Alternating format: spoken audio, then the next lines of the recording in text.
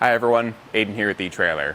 Today we're going to be taking a look at the Konig XD16 snow tire chains and seeing how they fit on our 2018 Ford F-150 with tire size 275/60 R20. Now it's important to check your tire size information and put that information into the fit guide on our website to find the right pair for you. Although these specific chains will fit a range of tire sizes, if your F-150 has a different tire size, this isn't a guaranteed fit. So use that fit guide, find the right chains for you. The install process is going to be the same across all these different Konig tire chains, so you can still watch that and get a good idea of what you're getting into, but just make sure you find the right size. Let's check it out. Now, aside from the fact that this is an assisted tensioning chain, we'll touch on that more a bit later, it's going to be a diamond pattern and a square link. The diamond pattern refers to the pattern that the chains form over the tire. And you can see right here, we're getting this diamond shape. Comparing this to a ladder pattern style chain, this is going to get more contact on the tire and more even contact on the ground, versus a ladder pattern, which is just a series of parallel links going across the tire. Tends to be a bit more bumpy, but give you good traction on starts and stops. Whereas this is a bit smoother ride quality and better traction on turns. Now, the square link refers to the individual shape of each link, and that's going to have these nice, hard, sharp edges, as opposed to something a little bit less aggressive, like a twisted, smooth link or a cable. The square links are great for breaking up ice because they do have a bit more bite to them, a bit more bumpy, and not as good of ride quality, but more bite. So if you are in an area that experiences ice, or maybe some deeper snow, square shaped links is a good way to go. And this is a nice in-between because they're not super big links, but they're also not very small either. It's a good in-between size, giving you a good range of traction. Now, the assisted tensioning refers to the method that we're using to tighten the chain on the tire. Now, some manual chains are gonna need a separate piece to tighten those down. Sometimes they have cams, but most of the time, we recommend adding a rubber tensioner sold separately to tighten it to the tire. This is built right in. It's got this arm that will feed through this ratcheting mechanism around these hooks and back to itself, and will stretch and pull it tight. So because the tensioner is built in, you don't need to pick up anything separately, and it's going to result in a nice strong fit on the tire from the moment you install it, which is great. You want a nice secure fit. And this one, I think, is going to do a great job at that, but also you got to think about the construction of the chain. All around, it's going to be a manganese nickel alloy steel. That's going to be a lot more corrosion resistant and hold up to the elements better than a low carbon steel. So if you want to use this through multiple seasons, you absolutely can. And then on the front, all of these chains have a vinyl coating on them to protect your wheels if maybe something were to bump into them and push them into your wheel. I will say the assisted tensioning arm here is not coated, which is kind of a disappointment to see because, again, that's just going directly across your wheel.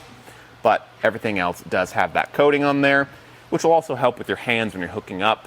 If you are doing it out in the bad weather, it's not going to be as cold to the touch. These come two to a pair and have a nice storage case included. Both chains fit in here with plenty of room, easy to get back in, which is a plus. A lot of bags aren't the easiest to get the chains back into, and this one I think will hold up pretty well over time. The material is kind of thin, but it's going to keep them organized at the very least, and even if it doesn't last, you can always do something like grab a plastic tote and keep them in there. But I think this is going to be a step above most of the other canvas type bags you'll see other chains coming in. And as far as the installation goes, it's going to be very straightforward. This style of chain is one of my favorites to install because you don't need to crawl on the ground, go behind the tire to make any sort of connections. You can do it all without putting a knee on the ground if you don't want to. So if you are out in inclement weather or just in your driveway getting ready to head out into the bad weather and you don't want to be crawling around on the ground, this can be a good option. But let's show you that process now. To start off the installation of our chains, we need to get them laid out and make sure that nothing's tangled up. Also making sure to check the proper orientation. Now, the middle of the chain here is going to have a small gap between the two halves. That's where our tire is going to sit for the initial install process. So identify that, make sure you know where it is, and check that the coated cable is on the back side. That's going to tell us where the backside of our tire is going to be. And on that cable, we're going to have these cross links. There's going to be two sides to those cross links, one that's a bit smoother and one that's a bit more hooked. The hooked side we want face down. That's going to be facing away from our tire because we'll make our connection up top, making sure that smooth side is touching the tire. Once you've identified all that, you can grab the chain and feed it around the back. I like to feed this side here without the assisted tensioning arm back first, just because there's less to get tangled up. But still do your best to keep things free of any tangles and grab it once it gets to the other side.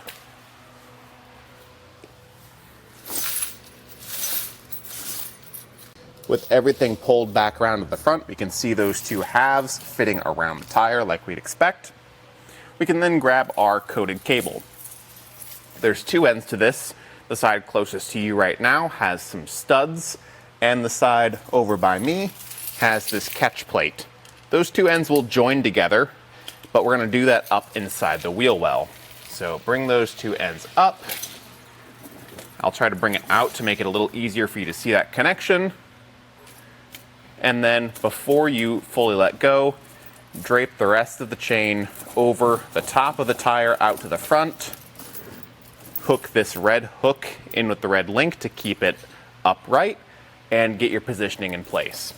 These cross sections here will be centered with the tire, so just take this time now to center things up. When you're happy with how things are centered up, we can turn our attention to the bottom where we have our assisted tensioning arm and this ratcheting catch here. The series of studs on that assisted tensioning arm will feed through the catch and ratchet tight. Pull as much as you can, and then feed the rest of the chain through these red hooks on the side. Now, depending on the tire fit, you might not need all of those links. You can see here we can reach across with relative ease, so I am going to try to feed this through both and see where's a good spot to pull this across and pull some slack out. And I think I can reach right across here. It's going to be a tight fit, but that's exactly what we want. Get that hooked in. That's going to pull some of that slack out of your chain. And at this point, we can do the other side. Once you have both sides installed, drive forward a few times and come out and check on them. This isn't a full self-tensioning chain, so you might need to pull on it and make some tightening adjustments, but if it's all good, then you're good to go. You can hit the road and drive on. And that'll do it for our look at and installation of the Konig XD16 assisted tensioning tire chains on our 2018 Ford F-150. Thanks for watching.